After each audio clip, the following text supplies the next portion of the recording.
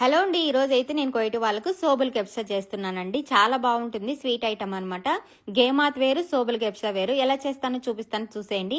ఈ రంజాన్కి కొత్తగా కోయిటికి వచ్చిన వాళ్ళకి వంట చేయడం చేత కదా, వాళ్ళకి చాలా బాగా యూజ్ అవుతాయి ఈ రెసిపీస్. ఒకసారి కంపల్సరిగా ట్రై చేయండి. ముందుగా అయితే ఒక గిన్నెలోకి 2 గ్లాసులు పాలు తీసుకోవాలి.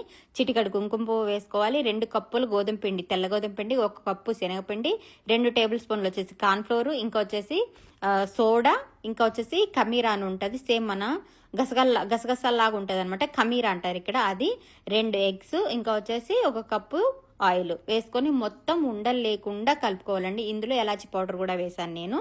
బాగుంటుంది స్మెల్. ఈ సాఫ్రాన్ ఎలాచి పౌడర్ వల్ల మనకు మంచి స్మెల్ ఉంటుంది అనమాట ఇవనేటివి. తర్వాత అయితే మనము పిండి అయితే పొంగడానికి ఒక 3 అవర్స్ అయినా మనం పక్కన ఉంచేసేయాలండి, లేదంటే పిండి పొంగదనమాట. తర్వాత ఇక్కడ నేను చక్కెర సిరప్ చేస్తున్నాను. చక్కెర సిరప్ 2 గ్లాసులు తీసుకున్నాను. 2 గ్లాస్ వాటర్. సేమ్ అండి, మన గులాబ్ జామ్కి సిరప్ ఎలా చేసుకుంటాం అలాగని సిరప్ థిక్గా ఉండాలి అంతే. ఇక్కడ చూడండి, మనకి పిండి కూడా బాగా పులిసింది. అంతా కలుపుకున్నాను. ఇలా జారుగా ఉండాలన్నమాట పిండి. మనకు సిరప్ కూడా రెడీ అయిపోయింది. వెడల్పాటి పెనం తీసుకోవాలనుకో, వెడల్పుగా ఉండాలి, ఆయిల్ తక్కువ ఉండాలి. ఇలా స్పూన్తో వేయాలన్నమాట ఆయిల్లో. చూసారా, ఇలా స్పూన్తో రౌండ్గా అలా రావాలన్నమాట. ఈ స్పూన్తో వేయడం వల్లే ఈ స్వీట్ పేరు ఏం పెట్టారంటే సోబుల్ కెప్సా అని పెట్టారనమాట.